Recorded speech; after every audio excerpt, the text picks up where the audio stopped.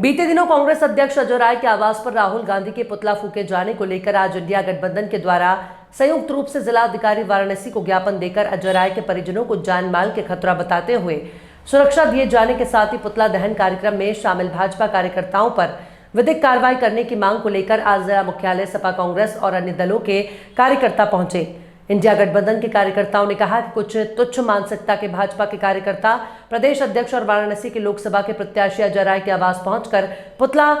जलाने की नाकाम कोशिश की, मगर मौके पर हम सभी कांग्रेस कार्यकर्ताओं और जिला प्रशासन के द्वारा इस कार्यक्रम को रोका गया। इससे कहीं ना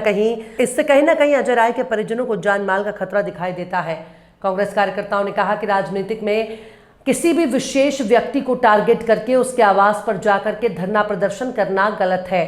धरना प्रदर्शन करना कार्यालय पर उचित है, ना कि किसी के आवास पर। यह बहुत ही बड़ा बुरा कार्य है, जिसको लेकर हम सभी लोगों ने वाराणसी जिला अधिकारी को ज्ञापन सौंपा और जल्द से जल्द ऐसे लोगों पर कार्रवाई करने की मांग की है। मैं उत्तर प्रदेश कांग्रेस कमेटी के सम्मानित अध्यक्ष आदरणीय अजय राय जी के आवास पे भारतीय जनता पार्टी के पोषित, क्योंकि पोषित इसलिए बोल रहा हूँ कि प्रधानमंत्री जी का संसदीय क्षेत्र है और यहाँ भारतीय जनता पार्टी में तिनका भी हिलता है तो प्रधानमंत्री नरेंद्र मोदी जी के सहमति पे या उनके निर्देश पे हिलता है। तो मैं सीधे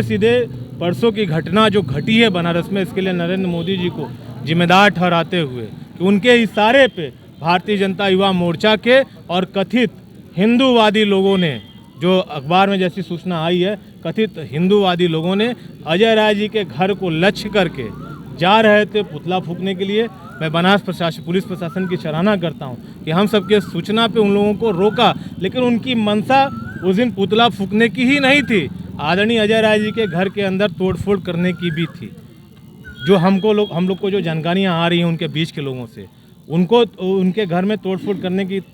स्थिति बनाने की थी तब, जबकि अजय राय जी संगठन के कार्यों से पश्चिमी उत्तर प्रदेश के दौरे पे थे। परिवार में केवल उनकी धर्मपत्नी और 4 बच्चे, जिसमें 2 बेटियां और 2 बेटे आवास पे थे। हम सबको सूचना लगी, हम लोग आनन फानन में प्रशासन और कांग्रेस के लोगों को सूचना देते हुए जितनी क्षमता थी हम लोग वहां पहुंचे और उस घटना को रोका। हमने चेतगंज थाने में तहरीर देते हुए 24 घंटे का अल्टीमेटम उनको दिया था कि जिन लोगों ने कृत्य किया है उनके खिलाफ सख्त से सख्त कार्रवाई हो, वो सत्ता पक्ष के हैं। देखिए, ये जो ज्ञापन हम लोगों ने दिया है, इंडिया गठबंधन के लोगों ने दिया है, हमारे इंडिया गठबंधन के प्रत्याशी श्री अजय राय जी के घर, वो जो तुच्ची मानसिकता के लोग हैं, वो जो भाजपा के लोग हैं, जो चिन्हित हो गए हैं सारे वीडियोस में, फोटोज़ में, जो आक्रामक रूप से हमारे इंडिया गठबंधन के प्रत्याशी के घर को टारगेट किए। देखिए, राजनीति में आप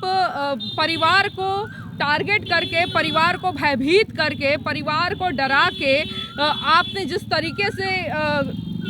गंदी ओछी हरकत की है वो बहुत निंदनीय है और गठबंधन के सभी लोग इस मुद्दे पे एक साथ हैं। क्योंकि देखिए, अगर जनप्रतिनिधि का परिवार सुरक्षित नहीं है, जनप्रतिनिधि सुरक्षित नहीं है, तो आम जनता की बात आप सोचिए। ये जो तुच्छे और ये गुंडे टाइप के लोग हैं जो झंडा लेके